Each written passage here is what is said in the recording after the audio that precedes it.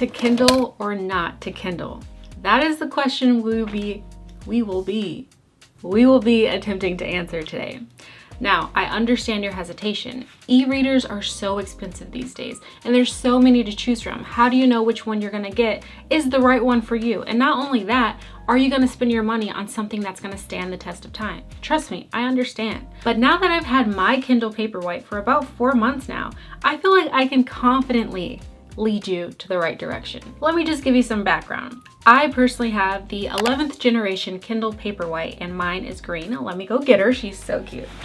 Yeah, she's so cute. She's different, okay? We got a pop socket. We got a case. We got the stickers all the girlies be having. All right, we're official over here. We've been about it. So let me put you on to what you've been missing. But first, I would love to thank today's sponsor, which is BetterHelp. BetterHelp is an online therapy service that connects you with a licensed therapist that will listen to you and give you unbiased advice. For me, I've been using BetterHelp to help me with not only my communication skills and fostering better relationships with my friends and families, but also with my perfectionist tendencies with my work. And the one thing that's been keeping me from going to therapy is the fact that you have to be face-to-face with a therapist. But BetterHelp takes that out of the equation because you can do it with phone calls, video chats, or messaging. You just decide what works best for you. They'll connect you with someone from a network of over 30,000 therapists. All you have to do is use the link down in my description box. It's betterhelp.com/Kalila, and not only does this help and support this channel, but it also gives you 10% off your first full month of therapy. All you have to do is fill out a simple questionnaire, and then you're usually matched with a therapist within 48 hours. And if you feel like the person you were connected with doesn't really match what you're looking for, there's no cost to change anyone. You can change at any time. Over 4 million people have used this resource, and I highly recommend it. We always put so much emphasis on working on our physical bodies, but we also need to work on our minds as well. So again, use the link in my description box. And again, thank you so much for BetterHelp for sponsoring this portion of the video. Now, if this was 2007 when Kindles initially came out, I would understand your hesitation with wanting to get one. But as of right now, the Kindles have come such a long way, and I genuinely appreciate the updates, and I think you will too. Now, me personally, I'm an avid reader. If you can't tell, most of my channel is about books, and with that background, I feel like I can confidently say there's some real pros to this thing. For one, this is super lightweight. The Kindle Paperwhite is 7.2 ounces, and compare that to like a really thick book. Let's get one. There's no comparison. This thing is huge and this is not. Yet this can fit 1,000 books. Actually, 6,000 to 12,000 books. And this is just one book. I love you, Obama. I'm sorry, but you know. I can have his book here instead of just carrying this large thing around. Not only that, when you're reading a book on your Kindle, you don't have to keep it propped open like you do with books. If you're reading laying down, or if you're reading at the beach or outside, you're constantly holding your page, trying to make sure you know where you left off, and all of these other nuanced things that can be super tiresome, especially when you're reading on the go. But with your Kindle, when you read on the go, it's no problem. You can put a bookmark on the page that you left off on, or you can press the button here at the bottom, and when you do it, it saves the page that you were on and the book that you were in, so the next time you press the button, it goes immediately to where you were. And now, as much as I love physical books, they don't do that. Plus, you don't have to worry about dog-earing your pages or getting them ripped or torn, because when you want to turn your page on your Kindle, you just press the side, and it turns the page for you. It literally couldn't be easier. I love it. And if you're an avid reader like I am, the Kindle is perfect for tracking your progress. When you read, all you have to do is press the bottom here, and it tells you how many hours you have left in the book, as well as what page you're on, and how many minutes you have left in a chapter, which is honestly so perfect. I didn't realize how much I needed that until I started reading on my Kindle, and I absolutely love that feature. I think I love that feature more than anything because it just pushes you to read a little bit more. You think that you're almost done, and you're like, you know what, I think I'm done for the day. Then you just see how many pages or hours or minutes you have left in your chapter, and then you're like, you know what, I can keep going. It only has 10 more minutes. Let me just keep reading. And that change in mentality alone has allowed me to read so many more books so much faster. So I genuinely appreciate that. It's also made annotating your notes very, very simple, because all you have to do is highlight something here in the book, highlight what you want to highlight, and then it allows you to highlight, to make a note about it, or to share it on Goodreads, which is another thing. You can connect it to your Goodreads. Now, if you don't know what Goodreads is, it's kind of like social media for readers.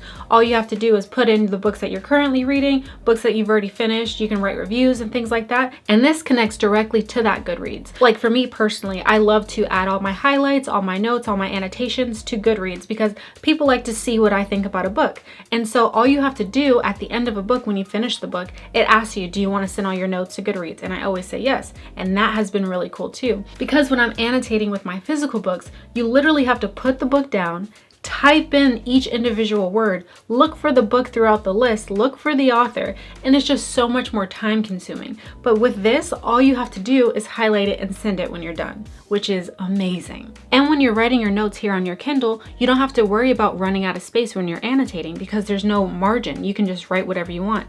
But I will say one major con with writing your notes on the Kindle is that there's no autocorrect. So if you ever make a mistake, it doesn't correct it for you, and you have to go back and make sure that you're checking your spelling and stuff like that to make sure that your notes are coherent and you're saying what you want to say. Plus, typing on this thing is so slow, it's really very time consuming and it's kind of annoying. So that has kind of been a pain in the butt for me, but with all the other pros you get with the Kindle, it doesn't really rub me the wrong way anymore. I kind of just got used to it. I just know that if I'm going to write something about a passage, it has to be short and sweet and I have to pay attention to what I'm saying so that there's no typos.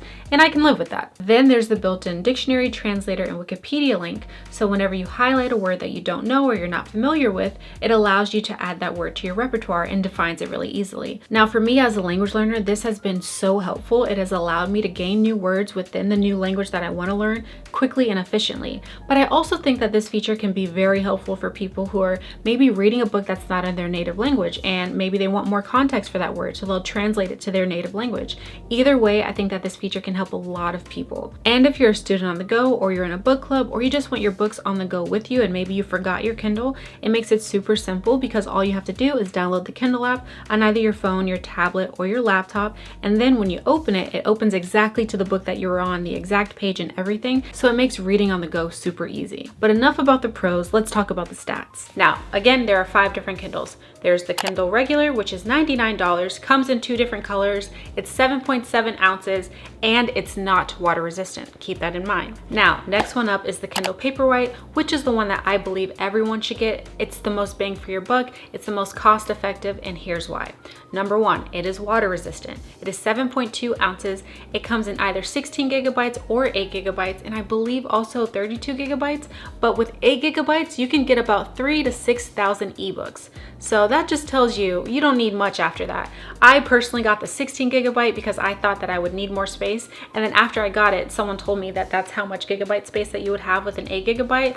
And I was like, wow, kind of wasted my money on that. But I'm not mad because I could only get the green one with the 16 gigabyte option. So it is what it is. I don't plan on getting another one of these for a very long time, so I know that I'm gonna get my money's worth. The Kindle Paperwhite also has a 6.8 inch display instead of the 6 inch display in the regular Kindle, and it's water resistant. That I think alone blows it out of the water because this means that you can bring your Kindle to the beach, to the pool, you can read in the tub and not have to worry about getting it messed up. Which with the regular Kindle and some of the other more expensive options, you would have to worry about those things, which is insane to me. If it's more expensive, I feel like you should be getting all of the other things that all the other Kindles can do, plus more. But some of them, it doesn't add up to that, and I'll show you those. But before we get to that, the Kindle Paperwhite also has a 10-week battery life, which is insane. And I can attest to it because I've had my Kindle for a very long time, and the most frequently I've ever had to charge it was like once every 3 weeks, which is nuts to me. This is my most battery efficient device that I own and I use it all the time. It's just absolutely insane. So for just $40 more, you get all of this extra stuff than you would get if you just got the regular Kindle. And I understand $40 is a big difference, but when you're thinking about a product that you're gonna buy long term, you don't plan on buying something like this again for a very long time, if you're gonna buy it, you might as well invest in it correctly. And I think that this is the best investment. But let's go over the other options as well. After the Kindle Paperwhite, there's a Signature Paperwhite, and that is $189. Now this personally, I don't think it's worth the price because all you get is wireless charging and it auto adjusts the lights. But with the Kindle Paperwhite, there's a timer that you can set, and every day at that time, it will change the lighting for you. So I think if you just set that up for yourself, it's easy. And even if you don't want to set that up, it's very easy to adjust the brightness as well as the warmth. So I don't think it's worth that huge jump in price. That's just me personally, but if you wanted that, I could also understand why people would want that as well. Now, after the Signature Paperwhite, there's the Oasis Kindle, and that is $249. $100, which is nuts to me. I can't imagine spending that much money on an e-reader because the only major difference is the fact that it has a 7-inch display and there's actual buttons to turn the page. That's it. Like, is it worth that extra money? I personally don't think so. Money's not growing on trees for me over here, so I don't think it's worth the price. But if you did want to splurge on that, I guess I could see it, but it's really not necessary. Then after that, if you want to be super extra, there's the Kindle Scribe. The Kindle Scribe is $339. And guess what? Baby, it's not water resistant. You're spending $339 on something and you're telling me it can't take a little water? I don't understand that. If I'm spending $339 on something and all the other generations that are a little bit more expensive than the regular are water resistant, why isn't this water resistant?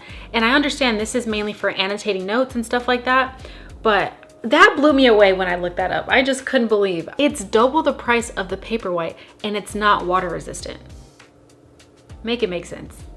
It also doesn't have the wireless charging. It is 10.2 inches for the display. So if you like a larger display, you do have that going for you. And it auto adjusts the lights and it auto rotates the page if you're ever turning it a certain way. But with all of that, I just don't see it being worth the price. That's just me personally. So if you're looking for something that's both cost effective, but you're also willing to invest in something that you're gonna have long term, based on all of these stats, I feel like the Paperwhite just shines through. It's the most cost effective, it's water resistant, it's lightweight, it carries thousands of books for you, and you can just take it on the go wherever you want. Now I understand there's certain features that work best in those other different Kindles, but with those huge price jumps, they're just not that effective for me, and I personally love what I have. But regardless, no matter which Kindle you choose, I do think that a Kindle is a great investment because it allows you to travel on the go without having to carry so many books, without damaging your books and things like that. And I just think that if you're an avid reader or if you're trying to be an avid reader, this is the perfect place to go. Now, if you have any further questions about my Kindle that I haven't answered yet, please let me know in the comments down below. I would love to answer them because I understand this is kind of a big purchase. You don't want to spend money unnecessarily and you want to know what you're getting yourself into. So if there's anything that I didn't mention, just let me know in the comments below. Or just let me know what your opinion is on your personal Kindle. I would love to hear about your personal experiences. If there's something that I didn't mention that you want me to know about, just let me know in the comments. And thank you again to today's sponsor, BetterHelp. Clicking the link in the description box not only helps out this channel, but it also allows you to get 10% off your first month of BetterHelp, which can help you connect with a therapist and see if it can help you. All right, that's all for me today. Thank you so much for watching, and I'll see you in the next video. Bye.